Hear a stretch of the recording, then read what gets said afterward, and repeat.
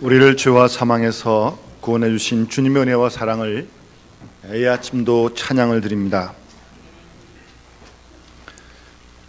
예수님께서 부활하신 후에도 베드로를 위시하여 6 제자가 갈릴리 바다로 돌아가서 처량하게 물고기를 잡는 신세가 되었습니다. 생각하면 참 허무하고 무상한 일입니다. 주님의 제자가 되겠다고 나서서 3년 동안 함께 주님과 훈련을 받고 복음의 큰 꿈을 꾸고 따랐던 제자들이 예수께서 십자가에 돌아가시자 뿔뿔이 흩어졌고, 부활하신 예수를 만났음에도 불구하고 다시 예전 물고기 잡는 그곳으로 가 있는 그 신세가 참 아주 몹시 안 되어 보입니다. 그런데 부활하신 예수님은 그 제자들을 버려두지 아니하시고 갈릴리까지 따라가셨습니다. 만약 부활하신 예수님께서 그들을 찾아가시어 만나주지 아니하셨다면 저들은 다시는 예수님의 제자가 될 수 없을 것입니다. 그냥 그대로 고기 잡다가 그저 살다가 죽는 거죠. 여기에 놀라운 하나님의 사랑이 있고 부르심이 있습니다. 우리는 잠깐 주님을 버리고 혹 떠날지라도 주님은 우리와 함께 계심을 믿습니다. 내가 주를 모른다고 할 때도 주님은 나를 안다고 하실 것입니다. 베드로는 예수님을 3번이나 모른다고 부인한 사건 때문에 체면이 없고 용기가 없어서 물고기를 잡으러 낙항했는데, 그대로 버려뒀다면 베드로는 어불어서 일생을 끝마쳤을 것입니다. 그런데 부활하신 주님은 베드로와 그 제자들을 찾아가셨습니다. 그리고 한 번 더 그들을 권면하셨고, 그 권면으로 말미암아 그들은 다시 용기를 얻을 수 있었고 사도가 되었고 복음의 증인이 될 수 있었던 것입니다. 우리들의 입장을 한번 되돌아봅시다. 우리들도 지난 과거에 우리 개인적인 어떤 아픔과 고통 때문에 힘들어 아파서 고통을 당하는 순간들이 분명히 있었을 것입니다. 누군가에도 말 못하는 그런 아픔의 순간이 분명 있었을 것입니다. 만약 그때 우리 주님이 우리를 만나주지 않았더라면 이 자리에 안 계실 분이 많으신 것 같습니다. 어떻게 되었을까요? 상상하기도 힘듭니다. 한 걸음 더 나아가 여러분 주위에 낙심한 한 사람이 있습니다. 한 번만 우리가 더 그를 찾아가면, 그를 더 권면하면 그가 구원을 받을 수 있었을 텐데 그 마지막 한 번이 없어서 하나님 앞에 돌아오지 못하는 그런 일이 없는지 우리도 두려운 마음으로 우리의 주위를 살펴보아야 합니다. 지난날 우리가 어려울 때 우리를 찾아보셨던 주님을 기억하고 이 자리에 있게 하심을 다시 한번 감사하고, 한 번에 더 도움이 필요한 이웃들이 우리 주위에는 없는지, 내가 좀 더 다가갈 수 있는 그런 사람이 없는지 조심스럽게 주위를 살펴볼 수 있기를 바랍니다. 바닷가에 오신 우리 예수님은 제자들에게 조반을 대접하시고 베드로에게 묻습니다. 내가 나를 사랑하느냐?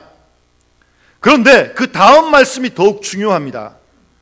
내가 나를 사랑하냐 물으실 때 내가 주를 사랑하는 줄 주께서 아십니다라고 하는 베드로의 대답에 어떠한 대답도 없으시고 일방적으로 주님은 내 양을 먹이라 라고 사명을 맡기십니다.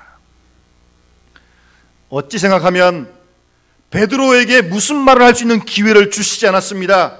베드로에게 변명할 기회를 주지 않았습니다.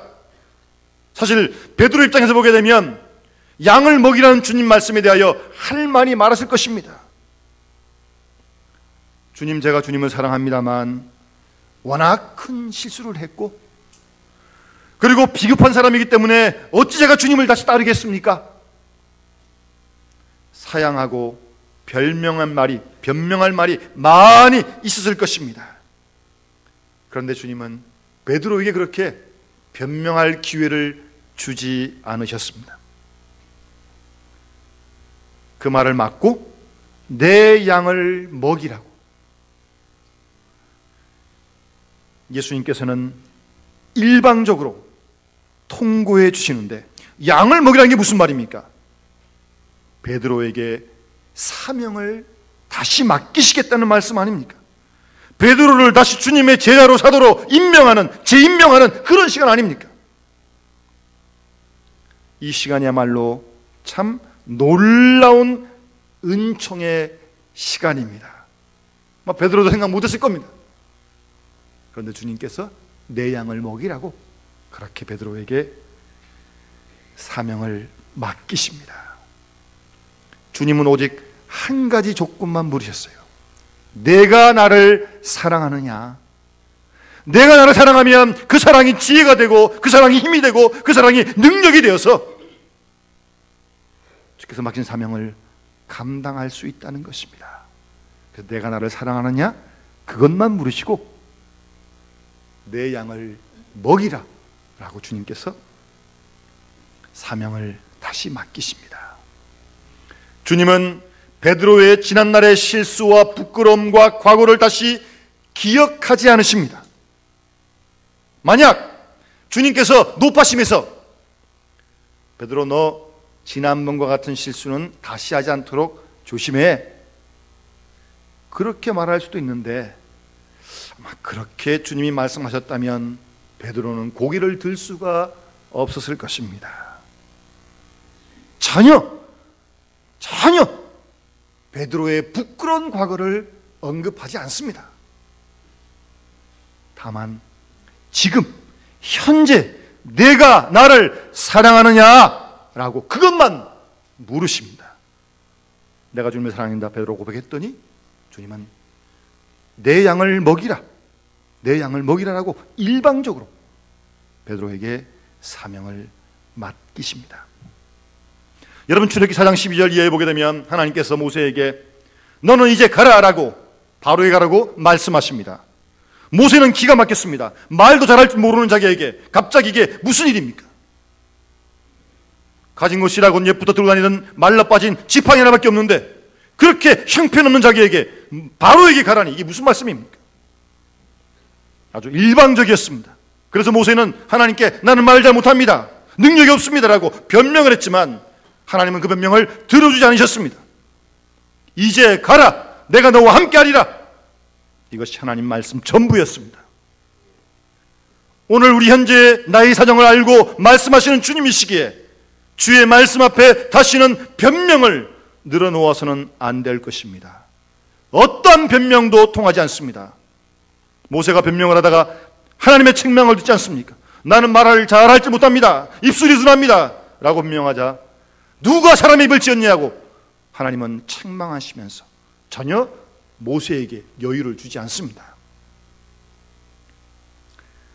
그 다음 예수님께서는 베드로에게 주님을 따르는 일에 대해서 경고하시는 말씀을 이어서 18절에 말씀하고 있습니다.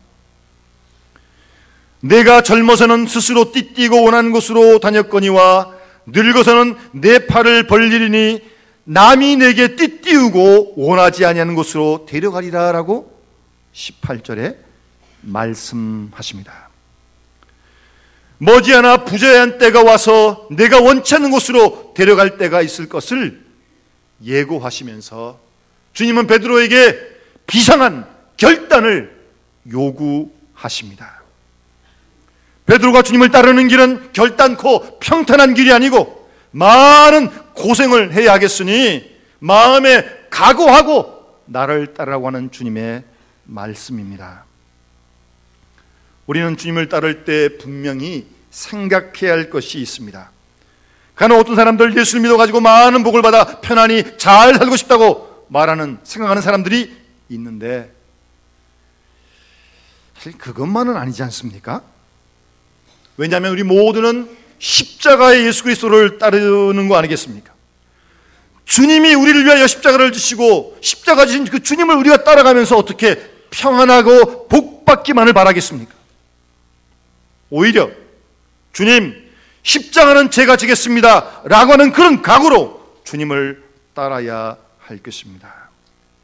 만일 주님께서 지금 여기 계시다면 주님, 십자가는 제게 주시고 영광은 주님이 받으시소서라고 그렇게 말할 수 있어야 합니다. 베드로는 주님을 따르긴 했지만 핍박을 각오하지 못했습니다. 죽을 결심을 하지 못했던 것입니다. 예나 오늘이나 예수를 믿는다는 것은 좁은 길이요 험한 길입니다. 따라서 핍박과 환난이 분명히 있습니다. 그렇다면 그 핍박과 환난을 이기고 나갈 수 있는 마음의 결심을 하고 우리가 주님을 따라가야 할 것입니다. 주님 말씀하시기를 나를 핍박했는데 너희들을 그냥 놔두겠느냐, 나를 죽였는데 너희들은 죽이지 않겠느냐, 그런 뜻으로 여러 번 말씀하셨던 것입니다. 예수님께서는 베드로에게 이러한 부자유한 때가 올 것을 경고하신 이 말씀에 대해서 사도 요한이 해석을 하는데, 이어지는 19절 말씀 보시면 이 말씀을 하심은 베드로가 어떠한 죽음으로 하나님께 영광을 돌릴 것을 가리키심이라 라고 그렇게 말씀하고 있습니다. 잘 들어보십시오. 베드로가 어떠한 죽음으로 하나님께 영광을 돌릴 것인가를 가리킨다고 말씀하고 있습니다. 죽음으로 영광을 돌리는 거예요. 우리는 혹시 내가 꼭 잘 되어야만 하나님께 영광이 돌아가고 내가 추스려야만 하나님께 영광이 돌아간다는 것을 그렇게 착각해서는 안 될 것입니다. 때로는 내가 손해를 범으로 하나님께 영광이 될 수도 있고, 때로는 내가 죽어야 하나님께 영광을 돌릴 수 있음을 알아야 합니다. 내가 받는 환난, 내가 받는 핍박, 그것을 통하여 하나님은 영광 받기를 원하시는 것입니다. 좀 더 구체적으로 말씀드린다면, 내가 건강해서 하나님께 영광 돌릴 수 있습니다. 그러나 내가 아픈 몸으로 병들어서 영광 돌리는 일 많이 있습니다. 내가 성공함으로 하나님께 영광 돌아가는 일도 물론 있지만, 내가 실패함으로 더 큰 영광이 하나님께 돌아가는 일이 있다는 사실입니다. 그렇다면 우리들도 사도 바울처럼 살든지 죽든지 내 몸에서 그리스도만이 존귀케 되기를 원하는 그런 마음으로 살아가야 할 것입니다. 내가 잘 되어서 하나님께 영광된다면 하나님 잘 되게 해주시고, 건강해서 하나님께 영광된다면 하나님 건강하게 해주시고, 아니 내가 좀 어렵더라도 그것이 하나님께 영광된다면 나로 하여금 가난하게 해주시고, 내가 병들어서 하나님께 영광 돌릴 수 있다면 하나님 그 병도 좋습니다라고 그렇게 감히 고백할 수 있어야 할 것입니다. 그런 마음으로, 그런 믿음으로 주님을 따라야 합니다. 여러분 잘 아시는 그 코바디치라는 그 영화를 보게 되면 베드로가 마지막 죽을 때도 좀 비겁한 면을 보여줍니다.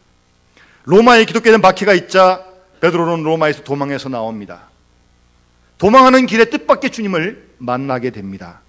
물론 베드로가 도망한 것은 단순히 목숨을 부지하기 위해 그런 것은 아닙니다. 예수님의 수자로서 살아 살 일이 많기 때문에 피하는 길이 더 옳다고 생각했고, 또 여러 많은 사람들이 그렇게 베드로를 도와줍니다.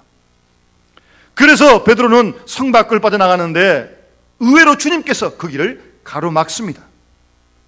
이때 베드로가 주여 어디로 가시나이까라는 유명한 질문을 하지 않습니까? 그때 주님은 내가 버리고 나온 로마로 들어가서 너를 위하여 다시 십자가에 못 박혀야겠다라고 끔찍한 대답을 하십니다. 너무나도 놀란 베드로는 그 자리에서 로마로 되돌아가서 거꾸로 십자가에 박혀서 죽었다고 하는 이야기 아닙니까? 여러분, 예수님의 열한 제자 모두가 핍박을 당하고 순교를 했습니다. 사랑하는 제자들이 왜 이렇게 다 순교를 한 것입니까? 그렇게 순교해야만 하나님께 영광이 돌아가기 때문입니다. 진실로 하나님께 영광이 돌아가길 원한다면 우리의 마음에 각오하고 다짐하는 바가 있어야 합니다. 우리는 내 주여 뜻대로 없으란 찬송을 너무 쉽게 부릅니다. 이 찬송은 그렇게 쉽게 부를 찬송이 아닙니다. 내 주의 뜻대로 하시옵소서라고 그렇게 했다면 살면 사는 대로, 죽으면 죽은 대로, 핍박을 받으면 받는 대로 불평 없이 아멘 할 수 있어야 되는 거 아니겠습니까? 그것이 주님의 뜻대로입니다. 우리 주님도 십자가상에서 마지막으로 기도하실 때 아버지여 내 뜻대로 마옵시고 아버지의 뜻대로 없으라고 그렇게 기도하시고 십자가를 받아들이지 않습니까? 따라서 우리는 기도할 때 잘 생각하며 기도해야 합니다. 물론 내가 잘 되고 성공해서 하나님 영광 올릴 수 있어요. 그러나 그 반대의 경우도 언제나 있다는 것을 잊지 말아야 합니다. 예수님은 십자가의 죽음을 통하여 하나님께 영광을 돌렸다는 사실입니다. 내가 꼭 세상에서 성공을 해야만 하나님께 영광이 돌아간다는 그런 자기 중심적인 생각을 해서는 안 되는 것입니다. 여러분, 우리 한국 교회사를 보게 되면 복음이 평양으로 해서 처음에 들어왔지 않았습니까? 그래서 8.15 해방 후부터 6.25 때까지 북한에는 교회가 참 많았습니다. 그리고 교회가 부흥했고요. 그런데 그 공산 치하에서 교역자들이 많은 순환을 당했습니다. 함께 교회를 섬기고 있는데 어느 날 갑자기 목사님이 보이지 않습니다. 또 어느 날은 장모님이 보이지 않습니다. 예고 없이 많은 분들이 붙들려 가서 순환을 당했습니다. 물론 돌아가시는 분도 계셨고요. 그래서 그런 상황에 목사님들은 얼마든지 남한으로 피해 내려올 수 있었습니다. 주변에서 그렇게 권면하기도 했고요. 그런데 많은 목사님들이 내가 양둔을 두고는 갈 수가 없다, 한결같은 그런 대답 가지고 그것에 머물면서 목사님들이 정말 많이 순교하셨습니다. 그를 통하여 영광을 받으시는 거 아니겠습니까? 충분히 도망갈 수 있었지만 자원적으로 양들을 지키기 위하여 버티다가 돌아가신 것입니다.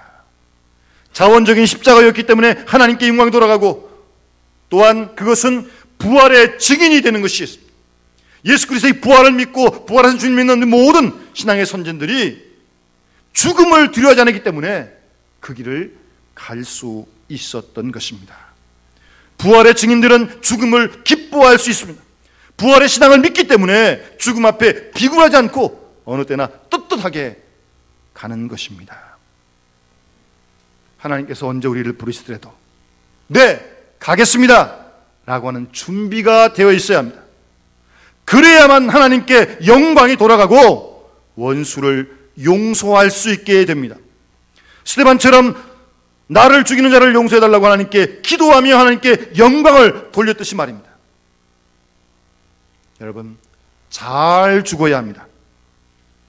우리의 인생의 마지막을 잘 정리하여 죽음을 통하여 하나님께 영광이 돌아가고 하나님을 찬양할 수만 있다면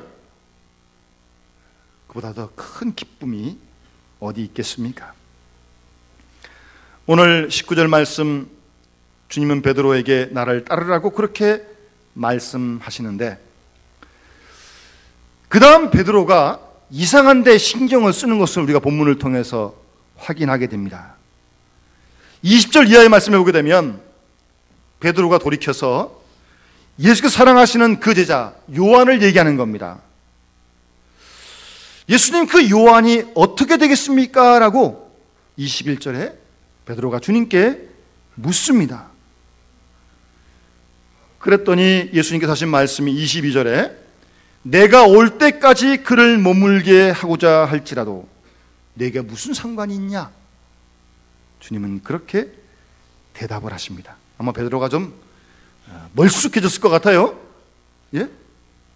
이게 어떻게 되냐고 물었더니 주님께서 내가 다시 올 때까지 놔두더라도 내가 무슨 상관이냐? 주님은 그렇게 말씀하십니다. 여러분, 우리도 다른 사람에 대해서 신경을 쓰지 말아야 합니다. 저 사람이 천당 갈지 못 갈지 남의 신앙까지 걱정하는데 놔두세요. 그거 그 사람의 일이에요. 지나치게 남의 일에 신경 쓰다 보게 되면 자기의 일을 제대로 하지 못하게 되는 것입니다. 가까이 있는 집안에 있는 식구들도 남편의 신앙은 남편의 신앙이지 아내가 신앙을 대신해 줄 수 없습니다. 그저 내가 할 일만 열심히 하면 되는 것입니다. 좋은 남편이 되고 안 되고는 좀 불편해도 놔두시고 내가 하는 일 열심히 최선을 다해서 좋은 아내가 되면 되는 것입니다. 나머지 다 하나님께 맡겨버리세요. 여러분, 신앙생활도 마찬가지입니다. 쉽게 남의 신앙을 비판하다가 자신의 신앙을 그르치는 경우가 참 많습니다. 아마 베드로가 요한에게 신경을 쓰는 데는 한두 가지 이유가 있을 것입니다. 자기는 예수님 모른다고 3번이나 부인하지 않습니까? 요한은 그런 적 없거든요. 그러니까 베드로 생각에는 자기는 좀 비참하게 죽을 것 같고 요한은 어떻게 될까 정말 궁금했던 것 같아요. 아마 스스로 가책 때문에 그런 질문을 한 것 같습니다. 그리고 베드로의 마음속에 약간의 질투심이 있었던 거예요. 세베대들 야고보 요한 베드로 이렇게 서로 이렇게 한 자리 달라고 막 그랬잖아요. 어떤 내가 그냐 그런 일에 신경을 쓰다가 이런 엉뚱한 질문을 하게 되었던 것입니다. 중요한 것은 다른 사람에게 신경을 썼다고 하는 것이 좋지 못한 태도입니다. 남과 자기를 비교해 보게 되면 엉뚱한 결론을 얻게 되는 것입니다. 물론 감사한 마음도 잠깐 들 수 있지만 대부분 비교하다 보면 원망하는 마음이 훨씬 더 많이 생깁니다. 여러분, 하나님과 우리의 관계는 언제나 직선적인 관계이고 절대적인 관계에 있어야 합니다. 그래서 오늘 예수님께서 베드로에게 말씀하신 내용이 아주 대단히 가혹하게 들리는 것입니다. 내가 다시 올 때까지 요한을 둘지라도 너와 무슨 상관이 있느냐? 비교해서 생각하지 말고 너 할 일만 충실하게 하라고 하는 말씀입니다. 여러분, 마태복음 20장에 보게 되면 예수님께서 포도원 비유를 말씀하지 않습니까? 아침에 9시, 12시, 오후 3시, 5시에 일꾼들이 옵니다. 마지막에 온 일꾼은 1시간 일하고 하루 품삯을 받습니다. 그러니까 9시 일찍 온 사람은 한 데나리온을 약속했지만 더 주시겠지라고 그렇게 기대를 했어요. 그럴 거 아니겠어요? 1시간 일한 사람하고 7, 8시간 일한 사람 어떻게 똑같이 주겠어요? 그런데 그 주인은 불평하는 그들에게 내가 너에게 잘못한 거 없다. 내가 나와 한 데나리온 약속하지 않았느냐? 그렇거든요. 내 것이나 가지고 가라. 나중은 이 사람에게 내가 너와 같이 똑같이 주는 것은 내 뜻이다 라고 주인은 그렇게 분명하게 자기가 할 일을 했을 뿐이라고 그렇게 말하고 있습니다. 다른 사람이 은혜를 받든 받지 못하든 예수를 잘 믿는 것처럼 보이든 믿지 않든 내가 결단코 판단할 것이 아닙니다. 하나님께서 알아서 행하실 것입니다. 따라서 항상 우리는 내 믿음이 지금 어떤 상태에 있는가 늘 자신을 살펴야 할 것입니다. 그리고 하나님께 영광을 돌리는 방법은 아주 다양합니다. 베드로는 유대인들에게, 바울은 이방 사람들에게 맡은 부분이 다 달라요. 또 야고보는 교회가 설립되자마자 맨 먼저 순교하게 됩니다. 이렇게 하나님께 영광을 돌리는 길은 다양하다는 것을 잊지 마시기 바랍니다. 오늘 우리들도 다른 사람들의 일에 대하여 간섭하지 않도록 주의해야 합니다. 남의 일에 신경 써서 보게 되면 아무래도 자기 할 일에 중심을 잃어버리기 때문입니다. 이 교회에서도 마찬가지입니다. 집사님은 집사님대로 할 일이 있고 권사님은 권사님대로 할 일이 있고 또 장로님들은 장로님대로 할 일이 있는 것입니다. 자기 할 일만 알아서 충실하게 최선을 다하는 것이 중요한 것입니다. 그러다 보면 다른 사람의 일까지 내 일에 충실한데 생각할 여유가 없는 거죠. 하나님은 각 사람에게 다양한 일을 맡기시고 여러 가지 환경 속에서 많은 사람을 수고하게 하여 그들을 통하여 하나님은 영광을 받으시는 것입니다. 어떤 사람은 사업을 잘해서 하는 경우도 있고, 어떤 사람은 지식을 쌓아가지고 하는 경우도 있고, 어떤 사람은 음악을 통해서, 어떤 사람은 몸으로 봉사를 통해서 여러 가지 모든 방법으로 하나님은 영광을 받으시는 것입니다. 따라서 어느 것이 더 복되고 어느 것이 복되지 않다, 우리가 판단할 일이 아닙니다. 다른 사람에게 주어진 사명 나와는 상관없습니다. 내 형편대로 주께서 나에게 맡긴 일에 최선을 다하고 주님을 따르면 되는 것입니다. 오늘 주님께서 19절 말씀에 너는 나를 따르라, 그렇게 베드로에게 말씀하시는 것입니다. 여러분, 존 웨슬리의 유명한 말이 있습니다. 하나님께서 나에게 맡겨주신 일을 다하기까지는 절대로 죽지 않는다 그랬습니다. 말을 바꾸면 무슨 말입니까? 어느 때라도 나에게 죽음이 왔다면 하나님께서 내게 맡기신 일의 기한이 다 되었다는 말입니다. 따라서 하나님의 부르시는 시간에 대하여 우리 모두 불평할 필요가 없습니다. 하나님은 하나님의 영광을 위하여 살 만큼 살게 해주실 것이고 일할 만큼 일하도록 하실 것이랍니다. 그런 믿음을 굳게 가지고 내 주여 뜻대로 하옵소라고 하는 그런 마음을 가지고 우리의 남은 때를 살아가야 할 것입니다.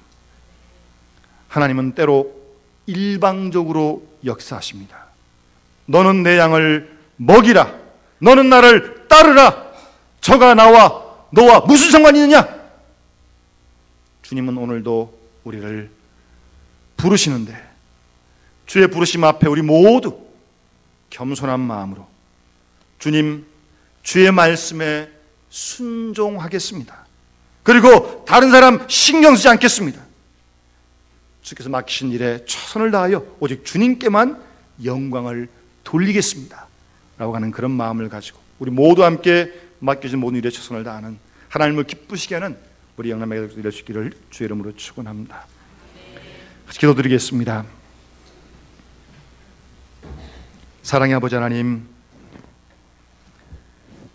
오늘도 저희를 불러주시고 내가 나를 사랑하냐라고 말씀하시며 부족한 우리에게 귀한 사명을 맡겨주심을 만만 감사드립니다.